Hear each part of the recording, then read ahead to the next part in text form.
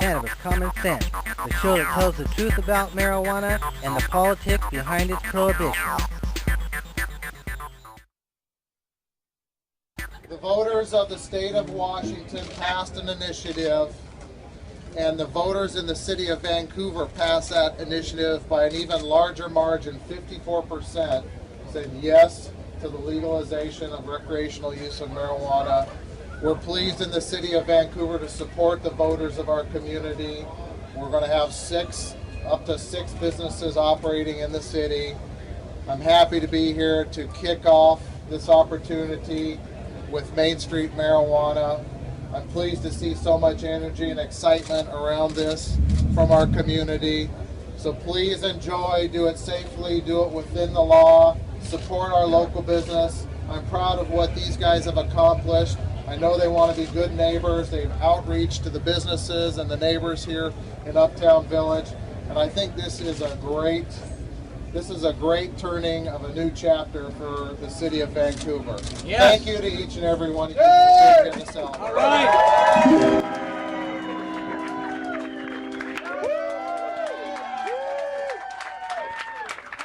I think it's okay. I'm for it. So prohibition has lasted a long time, 70 years. Like the old alcohol prohibition back in the 50s and 40s. Yeah, and that just was a waste. Well, I think it's great people getting liberties back. For the fact that you could enjoy some recreational medicine, if you will, without the fear of prosecution, and get the stigma off it that it's the next step is heroin, which has been unfair for 50-something years plus. With it coming into legalization, we're going to start to see the crime rates drop, I believe, because we're not going to be prosecuting, normal everyday citizens for consuming a plant that, it grows on its own. We don't have to manufacture it or make anything. So it'll be nice to see that families won't be split apart anymore and, using up our tax dollars for, needless reasons, really. The state is taxing this so dramatically that there's an up price on everything, and all that tax should hopefully go to what we pay our tax dollars for anything, our roads, our schools, our child care, our everything, our treatment centers for people who are hooked on heroin and cocaine and meth and stuff like that, when that's what it's about, saving people's lives, helping people, moving forward in this movement that's to help people. This isn't anything to hurt anybody, this is to help people, to push forward and help the community, the state, the city, everything that Washington's about. I think it's going to help it financially. All your taxes are strapped. Your constituents are strapped. I think this is going to be a welcome relief for everybody concerned.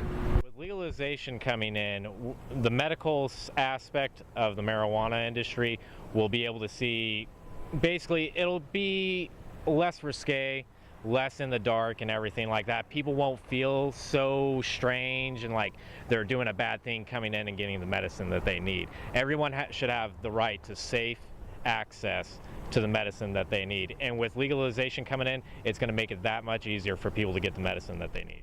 This law should help Washington because there's a lot of us who can't get any marijuana, period, unless you have to go to the black market, and it sucks. And then if you can't get a medical card, you can't get marijuana unless you go to the black market, and that's unfortunate for the guys who can't get that. And this is going to help a lot of people, like the elderly, who feel safer coming to a place like this when you can't. Like I've had 100 people come here today that I've never seen in a million years would have ever thought smoked marijuana or ate marijuana or ingested and consumed marijuana in general.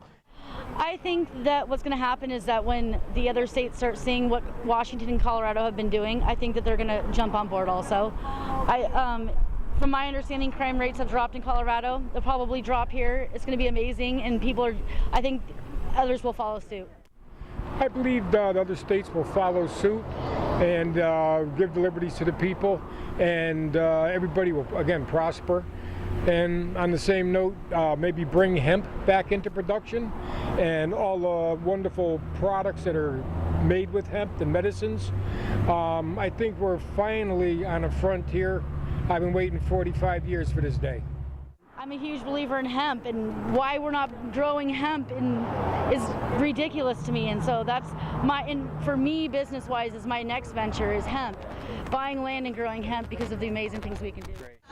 The voters of the state of Washington passed an initiative, and the voters in the city of Vancouver passed that initiative by an even larger margin, 54%, said yes to the legalization of recreational use of marijuana. We're pleased in the city of Vancouver to support the voters of our community. We're going to have up to six businesses operating in the city. I'm happy to be here to kick off this opportunity with Main Street Marijuana. I'm pleased to see so much energy and excitement around this from our community. So please enjoy, do it safely, do it within the law, support our local business. I'm proud of what these guys have accomplished. I know they want to be good neighbors. They've outreach to the businesses and the neighbors here in Uptown Village. And I think this is a great turning of a new chapter for the city of Vancouver. Yes. Thank you to each and every one of you for being in the cell. All right.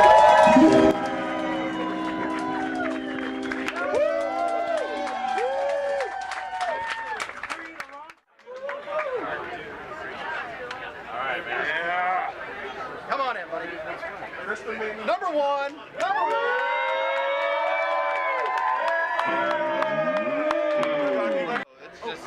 It means, like, you know, just pretty much we're getting our freedom to smoke, man, and you know what I mean. It's for everybody now, not just, it's not limited to anybody. Everybody's got access to it now, and you know, and it's, you know, the taboos are like over, you know what I mean. How it impacts me personally, like, just because I've been around it for so long, so like it's nothing really new for me, but it just makes me happy to see that everybody can enjoy it now. You know, you don't have to worry about going to jail now. Not having to worry about being persecuted or, you know, arrested for it or harassed, and part of history. 3:30 this morning. Got up here from Salem at 3:30 this morning. Been in line ever since, so yeah. I'm hoping it was. We'll find out here in about 20 minutes when I get somewhere where I can enjoy it. Oh yeah, great thing for the country, not just Washington, but for the whole nation, really. You know, it's bigger than Washington. This is really a huge step. Colorado took the first one, Washington took the second. I'm just glad I was part of it. The price will come down. As soon as supply meets up with demand, prices will come down, and it'll be marginally higher than what it was on the streets, just to compensate for taxes, and I'm willing to pay that to be able to do it legally and not be persecuted for it. And you know, if the state can generate income to fill up some budget gaps, hey, I'll smoke a bowl for schools any day. For me, it means that we can actually start funding our schools, putting more money into our police departments, and hopefully find the cure for cancer. Welcome to another exciting edition of Cannabis Common Sense. That's our video. Thank you, Michael, for putting that together, showing what it was like on the first day of legalization in Oregon. Standing by in the wings is Mr. John Cornett. How are you, John? I'm really good, Paul. Looking forward to Good. And Casper Leach is right here beside me. We've got a great show for you tonight. Stay tuned as we bring on our infamous dancing cannabis leaves. I feel the force.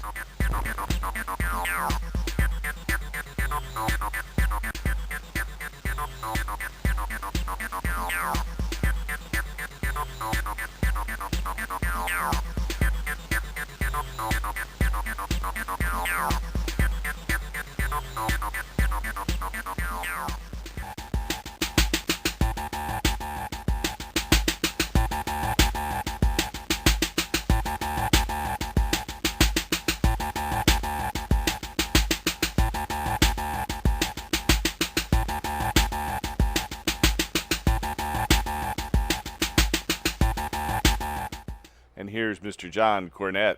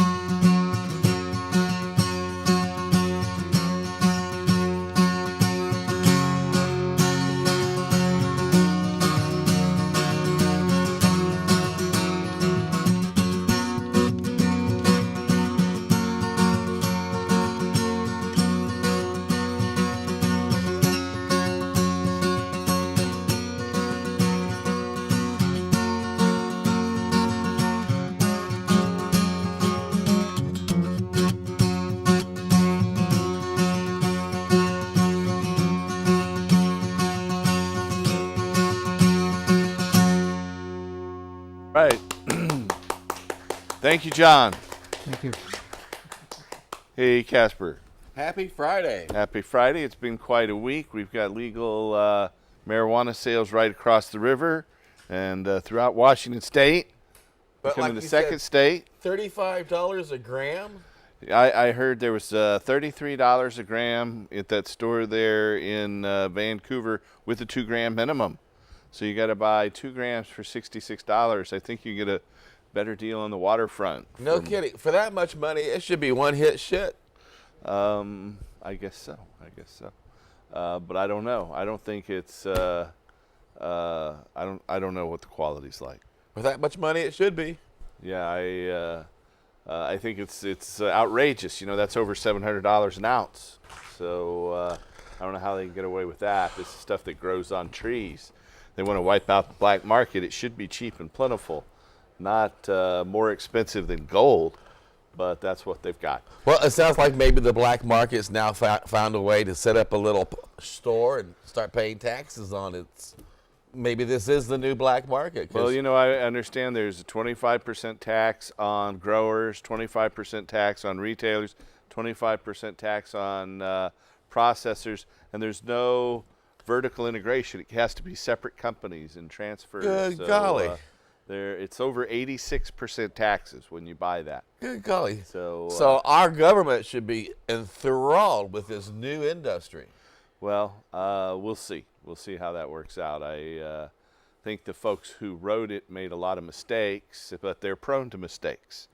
They were warned about that before the election by a lot of people. Yeah. By a lot of people, not just a handful, but the whole medical marijuana community was up in arms about it.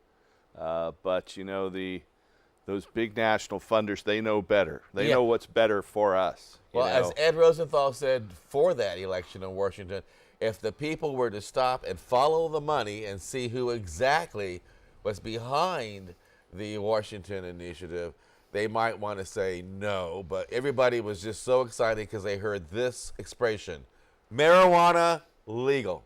Well, you know, I supported it. Even though I knew it was a bad bill, it's a step forward, and we can have further progress. Obviously, those guys have gone away now. They aren't doing anything in Washington State. It's up to people in Washington to give themselves a better law. We'll probably be in the same situation. You know, the folks in Oregon are the same funders. Right. So they even have the same name. In Washington, it was New Approach Washington. Now they're New Approach Oregon. And so it's the same people who funded it. The bill is better. You know, in Washington, they don't allow any personal cultivation, and you have a 1 ounce limit. In Washington, up to 28 grams is legal. When you get to 28.5 grams, it is a misdemeanor. When you get up to 40 grams or more, or less than 1.5 ounces, you're now a felon. So that makes absolutely, and you can't grow a single plant. You're a felon if you grow a single plant. So the bill they have designed in Oregon is somewhat better.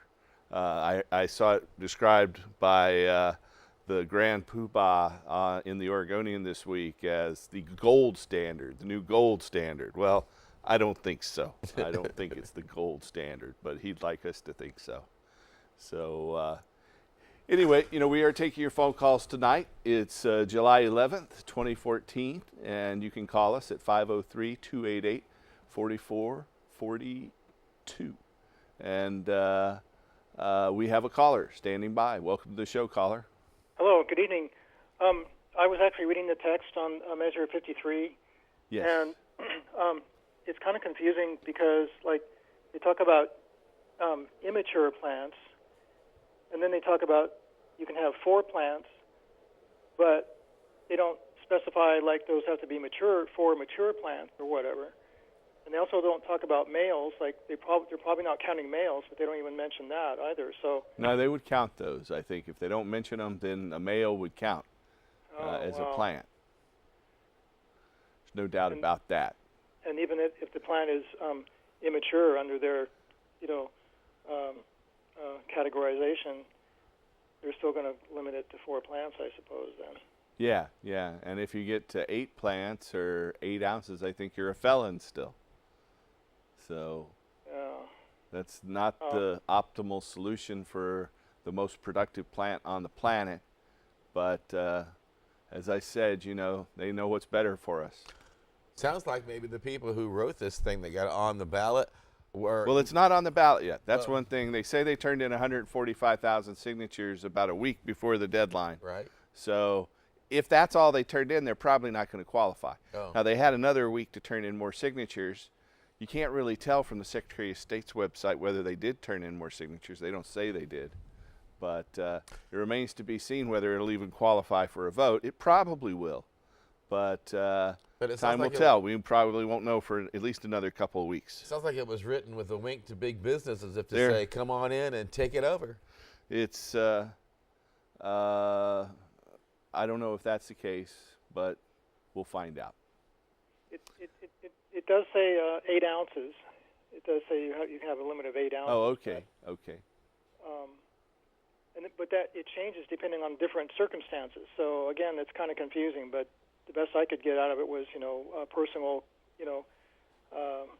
with 8 ounces. But the plant situation, it really sucks because, if somebody grows from seeds, for example, you could potentially have 4 males coming up.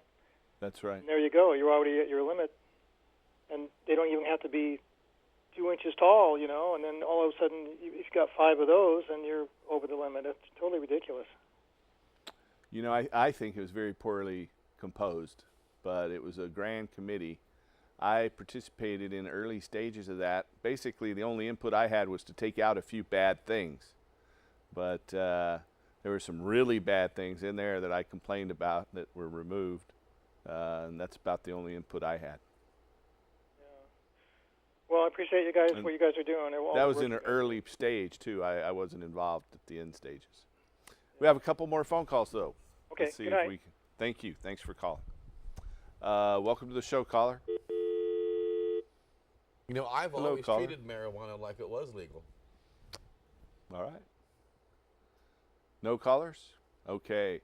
Well, if you have a question for us tonight, give us a call at 503-288-4442. That's 503-288-4442. I have a question. Are there any events this summer that might be fun for somebody to attend if they were involved in the marijuana movement? Well, of course, we advocate people go to our Portland Hempstock Festival. It's going to be at Tom McCall Waterfront Park, September 27th and 28th. We have John Trudell and Bad Dog and Matthew Human and the Human Solution. They'll be there. Lots of other people that we hope to announce in the coming weeks, but that's right here on Portland's Tom McCall Waterfront Park, September 27th and 28th. And then on August 15th, 16th, and 17th on the waterfront in downtown Seattle, we have the Seattle Hemp Fest. And so you can find out more about that at hempfest.org. That's hempfest.org. And there are a lot of different events, of course, but in terms of our cannabis community, I think those are the 2 biggest. Excellent. Yep. So we have another caller now. Welcome to the show, caller. Hey, how you doing? Pretty well. How are you? All right. I'm a commercial driver from all over the States. Yeah. And one of the things that POs me is You have to be the urine the small amount of 9 nanograms or something per gram of fat. Yeah, of inactive And, metabolites. Well, here's the point I want to make. If I smoke a joint on Friday night, I'm not stoned 22 days later. What is common sense doing about, or what can the listeners do about getting rid of this ridiculous stipulation that we're stoned for 30 days on one toke? All we can do is advocate to our D.C. representatives, because this is a federal policy that's required for commercial driver's licenses. It's from the National Transportation Association. One of the biggest advocates of marijuana law reform in Congress is Portland, Oregon's Representative Earl Blumenauer. And Blumenauer this week said he expects to see the end of marijuana scheduling as a Schedule I drug in 3 years. And so we can just ask our representatives to change that stupid law and get a lot of scientists to show why having metabolites of something has no correlation to impairment. Sure, I still got the steak I ate last Thursday in me. I see. Metamucil. Anyway, hey, thanks a lot. I appreciate just to be able to say that, because I don't think people realize that, you know, it's bullshit and we should get rid of it right now. If we're going to do it, let's do it right. I agree. And so it's really a mandate of the federal government that, you know, the commercial driver's license holders undergo a drug testing. You have to do it twice a year, right? I think they do it about twice a year on a random basis. And so obviously it's not fair. You think they'll have to drug test the person who's sitting in the Oval Office sometime soon? No, but you know, this week we got the fun news reports that Obama was asked to take a couple puffs of marijuana at a bar in Colorado while he was playing pool with Governor Hickenlooper. I like just saying that name, Hickenlooper. And was it Eric Holder who made that request? No, it was someone. It was someone there in the audience, and he just laughed it off. But we all know that he, or most of us realized that he was a very heavy marijuana user in his early days, and had what they call the Chum Gang in Honolulu when he was going to Punahou High School, and he was pretty famous as a very avid marijuana smoker. And of course, he still smokes tobacco, even though he doesn't do it on camera. Well, he may also smoke marijuana, which is why he might have laughed. He might have thought, I'm the president of the United States. You can't get stuff as good as what I've already got. Ha, ha, ha, ha. Thanks, but no thanks. Could well be. You're right, Casper. But time will tell. You know, I don't know. Maybe. I know Willie Nelson smoked on top of the White House when Jimmy Carter was president. He did. He did that with Billy Carter. Yeah, one of the Carter sons. He won't say which one of the Carter sons that he smoked with. There are two of them, so it's not eeny, meeny, miny, mo there. Well, again, if you have a question for us tonight, you can give us a call at 503-288-4442. That's 503-288-4442. If you have a question about ending adult marijuana prohibition, restoring industrial hemp, or helping medical marijuana patients, then give us a call. That number there on your screen. If you want to get involved in our movement to end marijuana prohibition and restore hemp, you can call our office at 503-235-4606. That's 503-235-4606. Or go to our web portal at hemp.org. That's HEMP.org. So I had a pretty eventful week. I went to New England, traveled between Atlantic City, New Jersey, and Portland, Maine, and we're getting ready to set up some clinics there. In fact, on Monday, I was in New York, not at the ceremony, but I was in the same town anyway, when New York Governor Andrew Cuomo signed the medical marijuana bill, making New York the 23rd medical marijuana state, 24th if you count the District of Columbia. So we're getting close to having a majority of the states. We already have a majority of the population in the United States lives in medical marijuana states. And just a couple more, and we'll be over that number in terms of an actual majority of the number of states. And so there's a lot of excitement about that. The New York bill has some things to be desired as well. You know the thing about New York, if you make it there, you can make it everywhere. It's a hell of a town. It is.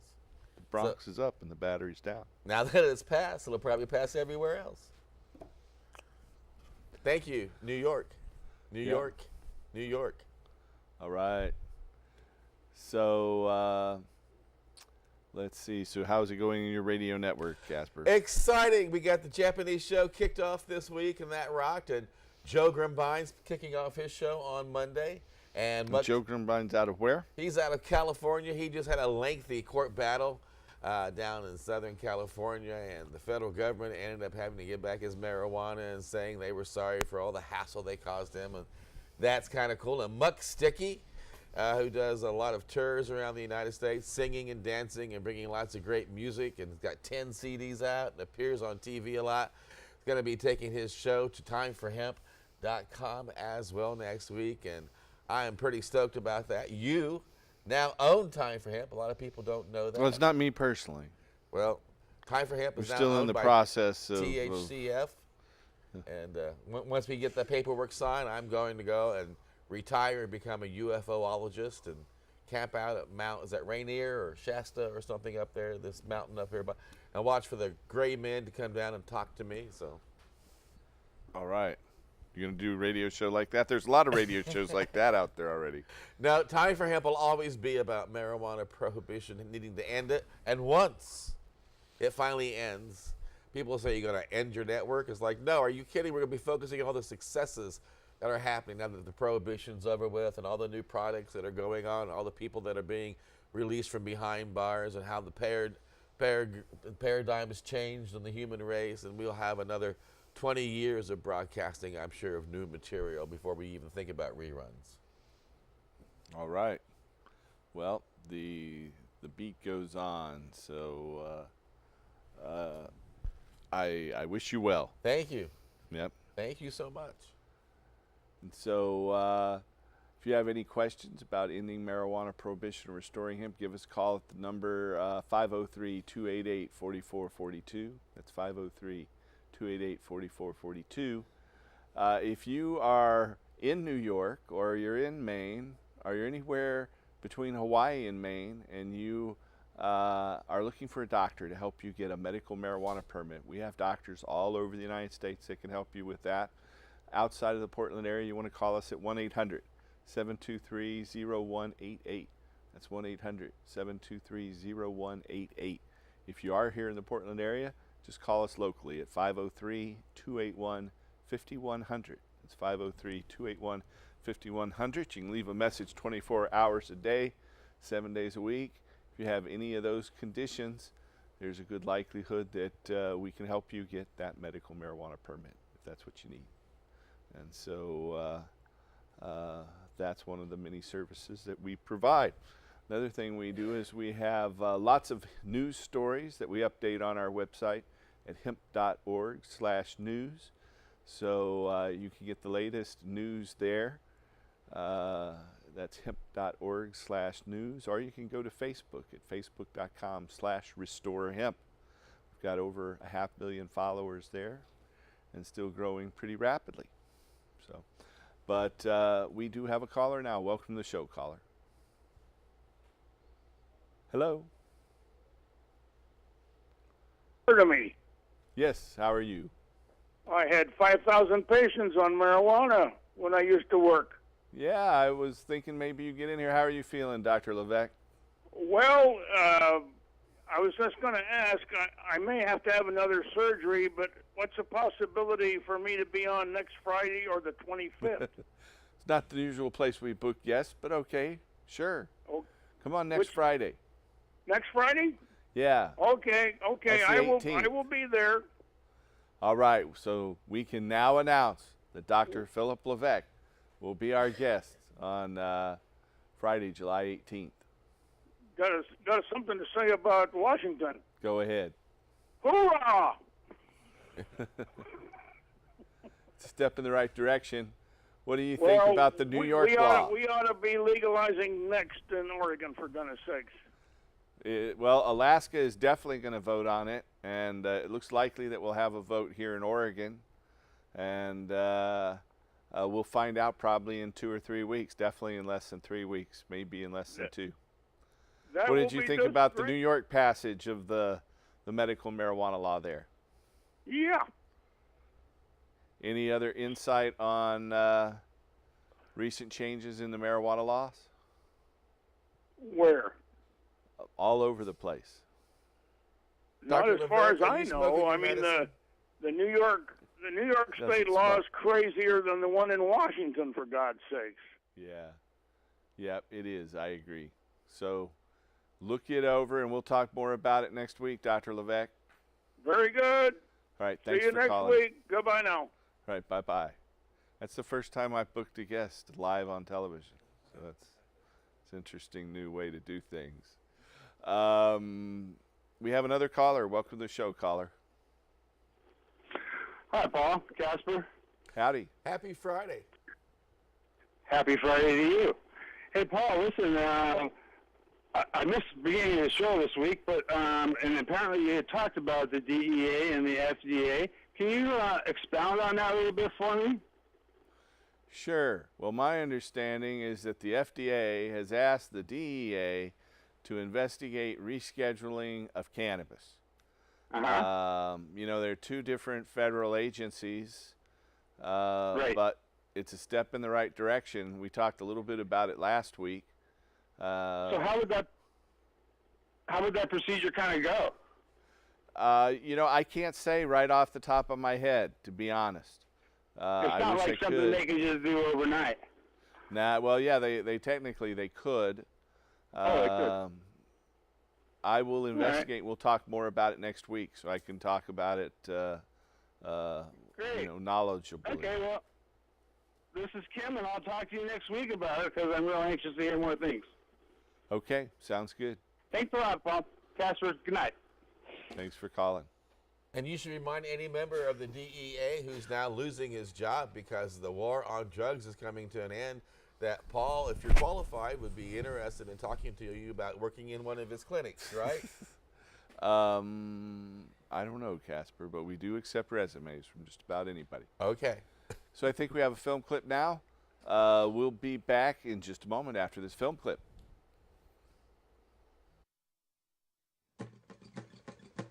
I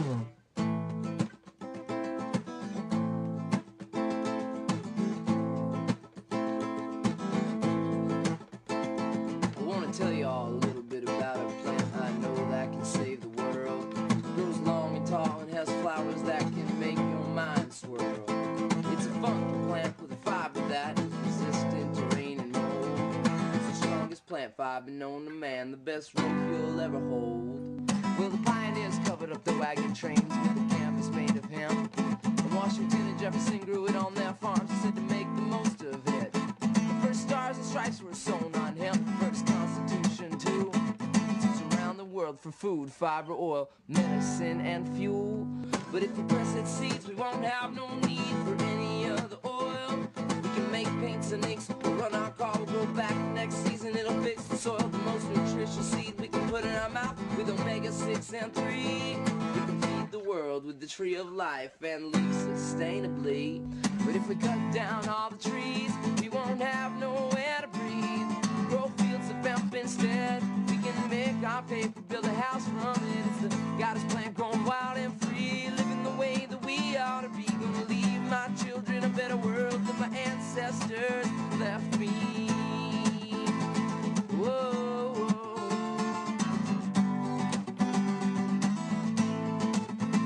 La, la, la, la, la, la. Whoa, whoa.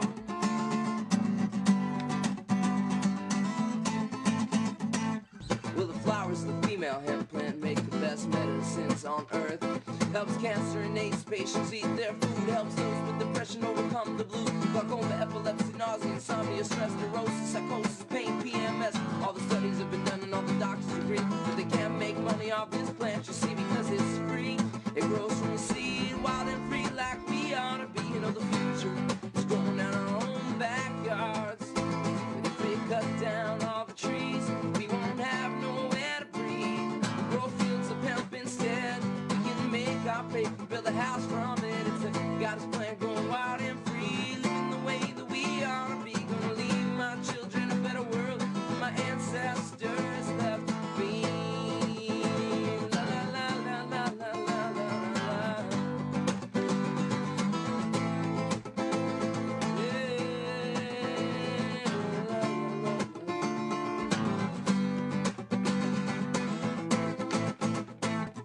So in this modern day and age when we seem to lack spirituality, this one single plant can bring us back almost 10,000 years in history to the Shiva, piranhas, the Jesus, the Christ, the Buddha, the pagans, the goddess, the light. To commune with all the animals, commune with all the trees. To realize the goddess seekers inside me. Is the earth is a mother, we gotta take care of the earth. The earth is the mother that gives life birth. And we can heal our relations with a single green plant. We can start right now. But if we cut down all the trees, we won't have nowhere to breathe. Grow fields of hemp instead. We can make our paper, build a house from it. It's the goddess plant growing wild and free. Living the way that we ought to be. Gonna leave my children a better world than my ancestors left me. Whoa. Yeah, la la la la la la. Whoa. So that is Human, and he will be playing at the Hempstock Festival on September 27th and 28th. He's a great artist, has really positive music. I recommend you check him out, and that's my favorite marijuana song. You were saying it was also Gatewood Galbraith. The late attorney Gatewood Galbraith's favorite marijuana song too. Gatewood and I had done a special presentation on hemp for oil. Gatewood always said, brother, if I can't get you to understand anything else other than hemp for fuel, understand hemp for fuel. So we did Well, that's why we have this little flame here. Well, we did a 2-hour presentation. I was getting ready to release it, and Gatewood called me and said, don't release it yet. You've got to put this song in it. You got to put the song by Human in it. It's the greatest song I've ever heard. And he sent me a copy of that song, the 7-minute version. I fell in love with it. I put it in the front of the special. And well, here's our little flame of freedom. This is hemp seed oil with a hemp wick in there, 100% hemp flame. You can take this oil, pour it right into any diesel engine, turn the key, and run your engine. It's more than 3 times more productive than any other seed oil crop, and this is the real reason that marijuana is illegal, to suppress hemp fuel. That's it. And it's worked pretty well in doing that. Instead, we have a petrochemical world. And as our friend Gatewood Galbraith said, marijuana prohibition was brought to us by the petrochemical, pharmaceutical, military, industrial, transnational, corporate, elite, fascist sons of a bitches. And so we need to take it back, and that's what we're working on doing. You know, a friend of ours, a friend of this show, someone who has been on earlier versions of this show, Mr. Mark Emery, was technically released from his 5-year mandatory minimum prison sentence by the United States federal government down in Alabama, where he had been caged for a number of years. They moved him between a federal prison for foreign residents because he's from Vancouver, Canada. The federal government went up there and charged him and had him extradited to the United States for selling marijuana seeds. Of course, Mark Emery's famous line is, we're going to overgrow the government. And so I think he's been successful in that, as we see marijuana cultivation of high quality all across the country now. But he was released technically from federal custody and transferred to a private for-profit prison corporation. They are moving him to Louisiana, where they will fly him to Detroit, Michigan. And then after he's been in Detroit, Michigan a while, they will transfer him under the tunnel through south of Detroit to Windsor, Ontario, Canada. Detroit's the only major city that is north of Canada in the United States. And so he will be released in Windsor, Ontario, Canada sometime in the next 6 to 8 weeks. Of course, the longer the for-profit private prison corporation holds him, the more money they make. So they have no incentive to rush that process. But of course, he's anxious to do that. I'm honored to be able to be on a panel with Mark Emery and Jody Emery on September 12th in San Sebastian, Spain. Last year they bought tickets for my wife and I to fly to San Sebastian, Spain. I gave a 20-minute talk, and they've invited me back this year. They've also invited Jody and Mark Emery, so it'll be an honor to see them there for the first time. I've seen Jody last at the Seattle Hemp Fest last year, but obviously it's been many years since we saw Mark Emery. So. Didn't you tell him that you had a joint host on Friday night? I didn't get an invitation. Oh, to who? Spain. Oh, I don't know what to say. You know, I'll see what they can do. Can't hurt.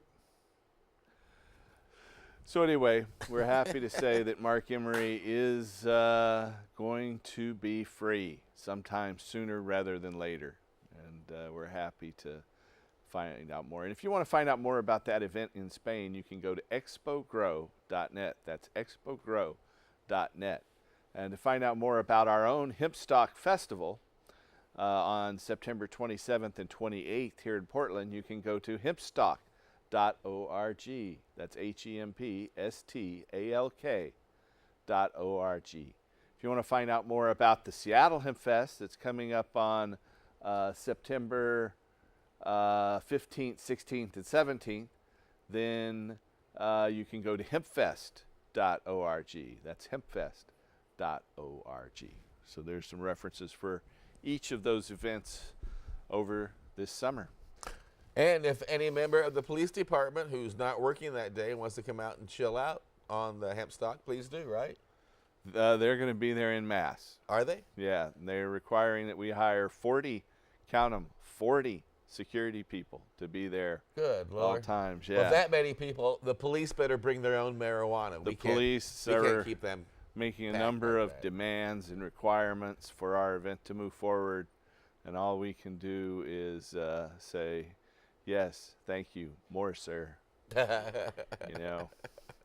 So anyway, but we're happy to say our event's moving forward, even though they definitely tried to stop it.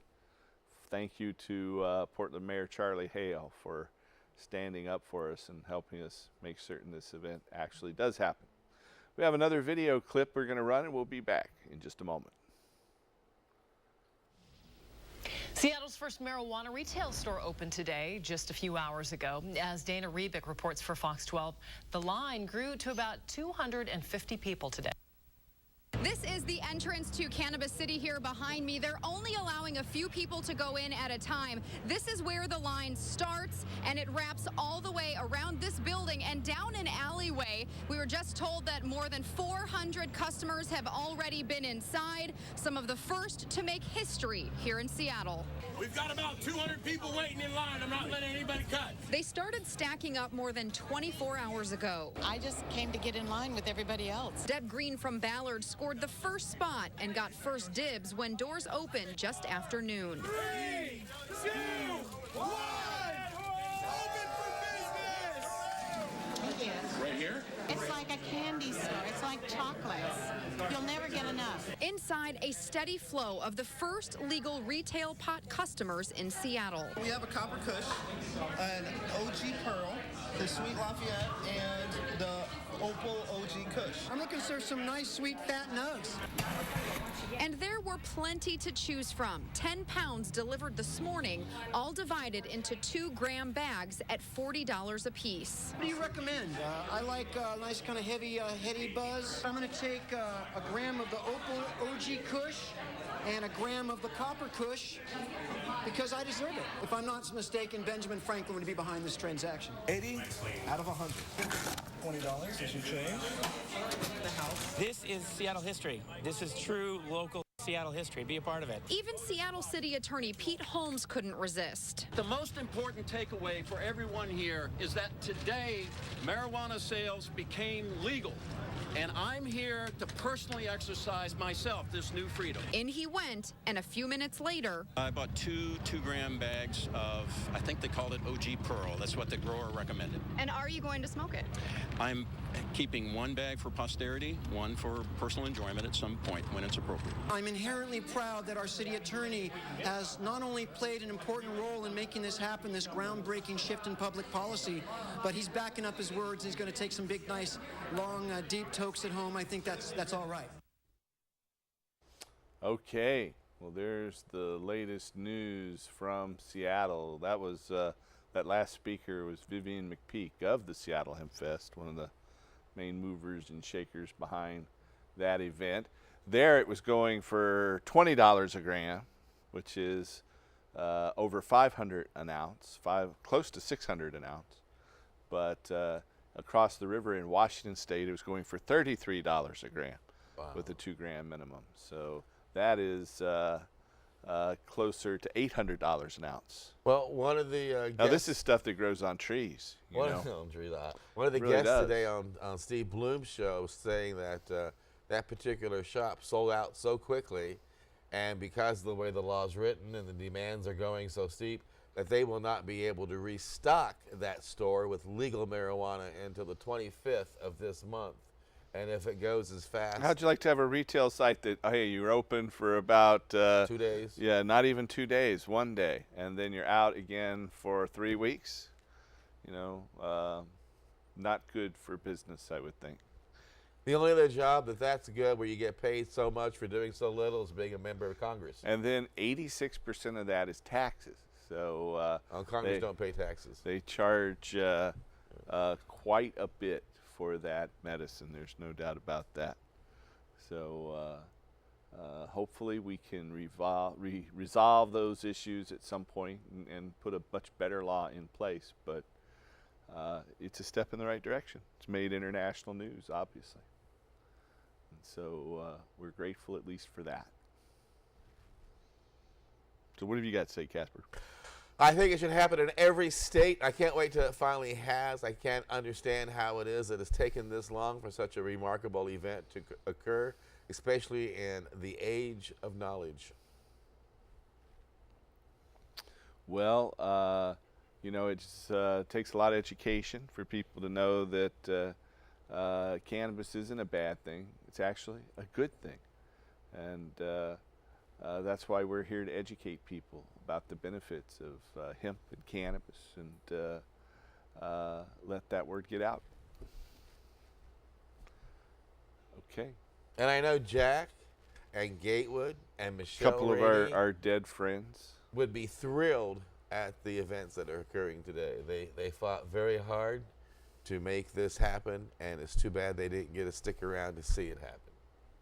And so many others. Those are just a few the people. And you know, even in the midst of this, there's this guy in Iowa, Brandon McKenzie, who was just convicted along with his wife and son, a cancer patient. Did he have an attack in court too, where he had to go to the hospital? But the judge wouldn't allow the jurors to even know that he was a medical patient. They withheld that from the jury, and then they said he was just growing for some sort of commercial use. So now he's looking at 3 years in prison, which is basically a death sentence for him. He has these horrible tumors. He's been to Oregon as well, and we've been able to give him some of our oil. We've been able to give Brandon McKenzie some of our cannabis extract oil, but he needs a lot more, and I feel sorry for him there now that he's been convicted of a crime of providing himself with a medicine that should be no crime. Why doesn't people who are in that situation just move to states where they can get medical marijuana? Well, once they've been arrested, it's too late. But it's not so easy to move your whole life, especially if you have family and friends in that community where you grew up. It's just not an easy thing to do. But Neil it seems Franklin, like they should. Neil Franklin from LEAP, Law Enforcement Against Prohibition, strongly suggests that people who can afford to pick up roots and move, do so, because when you move, you're no longer employed in that state, paying taxes in that state, and if enough people do that, then there's a brain drain and a labor drain on that state that is overwhelming, and those states that want to live in the dark ages will end up looking a lot like Detroit and the rest of Michigan looks like now. And those Detroit's got medical marijuana, and it's not that bad a place. It'll look more like Oklahoma. There's a bad place for marijuana laws. That's one state that I would not visit, the one state in the United States. But doesn't Michigan also play a lot of games with the medical marijuana patients and make it difficult for them to get their medication? And Not really. In fact, Michigan changed the law so they only have to renew once every 2 years instead of having to come in and renew every year. So that's made it a little bit easier on the patients. And it's been schizophrenic. At one point, they're closing all the dispensaries. A few months or half a year later, they open them again, and then they close them again, and then they open them again. Now they're open, and they're seeing a big boom in investments in the city of Detroit too. Even though a lot of it's closed down, it's shrunk from a city of 2 million to a city of 600,000. So a lot of it has been abandoned, but over the past couple of years are seeing a resurgence in investments there. Speaking of investments, is this a time for people to dig into their mattress and get their money out from underneath their mattress and start putting it into stocks, into companies that are marijuana related? Well, you know, not really. If you're going to be digging your money out of your mattress, you probably don't have enough to invest. If you invest, you've got to invest with the idea that you're most likely to lose your investment, especially if you're investing in new companies. During the dot-com bubble, lots of companies went under. Amazon's still there, Microsoft's still there, but most of the other companies, they might have been big at a while. I remember Real Player was the main streaming video until YouTube pushed them out of the way. And of course, YouTube was purchased up by Google.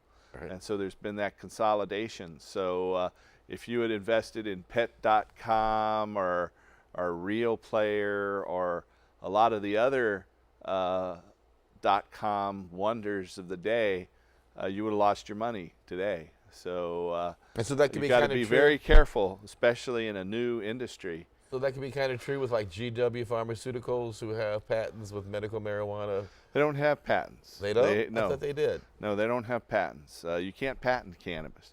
They have a special delivery system they're trying to patent.